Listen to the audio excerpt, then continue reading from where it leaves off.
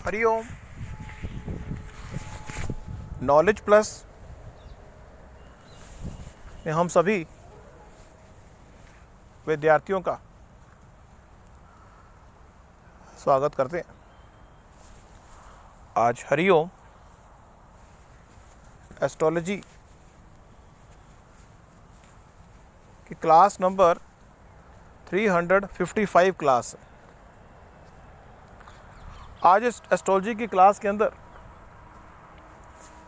गोचर को 3 reference point से देखने के बारे में बात कर रहे हैं कि कुंडली में अगर हमने गोचर को देखना है तो चंद्रमा के रेफरेंस पॉइंट से गोचर को देखा जाए, सूर्य के रेफरेंस पॉइंट से गोचर को देखा जाए, या लगन के रेफरेंस पॉइंट से गोचर को देखा जाए। क्या D1 कुंडली के पॉइंट ऑफ व्यू से गोचर को देखें तो कितना विरोध है। लेकिन हम अगर जीवन के पहले पड़ाव की बात कर रहे हैं और D1 कुंडली को मेन कुंडली के रूप में देखते हैं तो गोचर को चाहे A रेफरेंस से देखें, चाहे B रेफरेंस से देखें, चाहे हम C रेफरेंस से देखें, तीनों का रेफरेंस अलग अलग है। एक सोल के रेफरेंस पे से गोचर को देखना है, एक चंद्रमा के रेफरेंस से मींस मन के रेफरेंस से गोचर को देखना है, एक शरीर के रेफरेंस से गोचर को देखना है। अब यह तय करना आपकी रिस्पॉन्सिबिलिटी है कि आप किस रेफरेंस पॉइंट से गोचर को देखेंगे। शरीर के रेफरेंस पॉइंट से देखेंगे तो शरीर पे इफेक्ट डालेगा और शरीर को हम मेन इंपॉर्टेंट देते हैं, इसलिए शरीर के रेफरेंस पॉइंट से ए मान लें, हम मन के रेफरेंस पॉइंट से बी मान लें और आत्मा के रेफरेंस पॉइंट से सी मान लें। तो आपको 3 तरह की कुंडली बनानी होगी। आपको 3 तरह की कुंडली बनानी होगी। एक आपकी लगन कुंडली, एक आपकी चंद्र कुंडली और एक आपकी सूर्य कुंडली। अब आपको देखना होगा कि आपका जो लग्नेश बना, आपका लग्नेश को हम मेन हीरो मान लेंगे। Lagnesh is the hero of your life. कुंडली में लग्नेश आपका हीरो है। चंद्र कुंडली बनी तो उसमें भी लग्नेश आपका हीरो है। सूर्य कुंडली बनी उसमें भी लग्नेश आपका हीरो है, लेकिन रेफरेंस पॉइंट अलग अलग होगी। लगन कुंडली का लग्नेश, चंद्र कुंडली का लग्नेश और सूर्य कुंडली का लग्नेश A, B, C तीनों अलग अलग हो सकते हैं और तीनों एक भी हो सकते हैं। लेकिन नॉर्मली ये तीनों अलग अलग होते हैं या किसी में 2 एक होते हैं। तो लगन कुंडली के रेफरेंस पॉइंट से जब भी लग्नेश 1, 5, 9 में जाएगा, जो हमने पहले भी बताया, अगर आपने हमारी पहली टॉक सुनी हुई तो आपको आसानी समझ में आ जाएगा कि हम क्या कहने जा रहे हैं। अगर लग्नेश 1, 5, 9 घरों में जाएगा तो चीज़ों को क्रिएट करने के बारे में सोचेगा कि मैं चीज़ों को क्रिएट करूं। अगर लग्नेश अपने ही घर में होगा तो चीज़ें क्रिएट होंगी अपने एंड पर।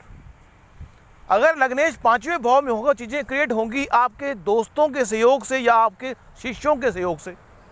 अगर लग्नेश 9th भाव में जाएगा तो व्यक्ति गुरु के सानिध्य में चीज़ों को क्रिएट करने के बारे में विचार करेगा, मंदिर में जाके चीज़ों को क्रिएट करने के बारे में विचार करेगा। 5वें भाव में जाएगा लग्नेश तो अपनी गर्लफ्रेंड के साथ चीज़ों को क्रिएट करने के बारे में विचार करेगा और धर्म से युक्त चीज़ों को क्रिएट करने के बारे में विचार करेगा। बात क्लियर हुई।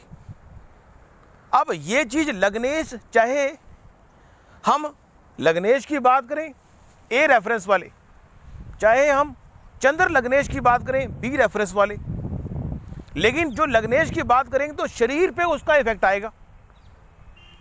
अगर हम मन के रेफरेंस वाले लग्नेश की बात करेंगे तो मन पे इफेक्ट आएगा और अगर हम सूर्य के रेफरेंस वाले लग्नेश की बात करेंगे तो आत्मा पे इफेक्ट आएगा।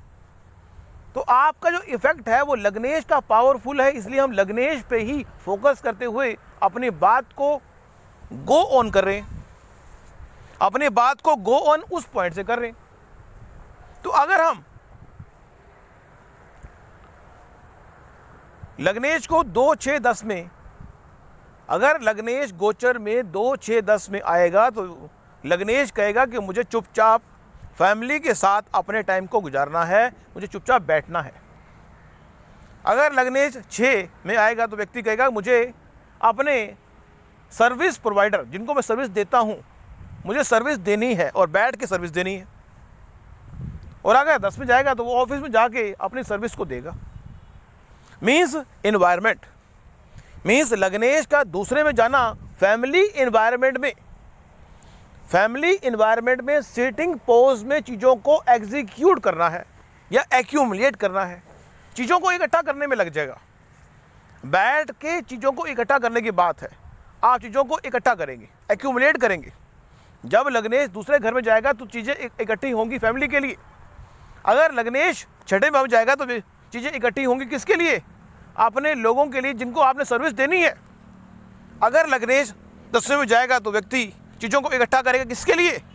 ताकि कर्म में उसको हेल्प मिल जाए, कर्म की चीज़ों को एक्यूमुलेट करने का प्रयास करे, क्योंकि 2, 6, 10 जो हैं एक्यूमुलेशन करने वाले भाव हैं, चीज़ों को इकट्ठा करने वाले, चीज़ों को जोड़ने वाले भाव हैं। मीन्स लग्नेश का 1, 5, 9 में जाना किसी चीज़ को क्रिएट करना है। लग्नेश का 2, 6, 10 में जाना सिटिंग मोड में चीज़ों को एक्यूमुलेट करना है। लग्नेश का मूवमेंट करने की अगर बात करें तो 3, 7, 11 में लग्नेश मूव करेगा। लग्नेश का मन करेगा कि मैं दोस्तों के साथ बाहर घूमने चला जाऊं। लग्नेश का मन करेगा कि मैं बिजनेस के लिए लॉन्ग ट्रिप पे चला जाऊं। यात्रा करने की बात कर सकता है वो। लग्नेश चीज़ों को एग्जीक्यूट तो करेगा, लेकिन लंबी यात्रा की ओर अपने ध्यान को केंद्रित करेगा, क्योंकि 3, 7, 11 का मतलब ही, या फिर 11 की अगर बात करें, लंबी यात्रा करेगा प्रॉफिट कमाने के पॉइंट से। ये हम लग्नेश के रेफरेंस पॉइंट से, शरीर के रेफरेंस पॉइंट से बात कर रहे हैं। लेकिन अगर हम मन के रेफरेंस पॉइंट से बात करें और 3, 7, 11 की बात करें तो व्यक्ति मन से यात्रा करने के बारे में, मन से बिजनेस करने के बारे में और मन से प्रॉफिट कमाने के बारे में विचार करेगा। अब अगर लग्नेश 4, 8, 12 में चला जाए, लग्नेश का 4, 8, 12 में जाना व्यक्ति को बैलेंसिंग की बात करता है। लग्नेश कहेगा कि मुझे तो अब आराम करना है, फ्लोइंग।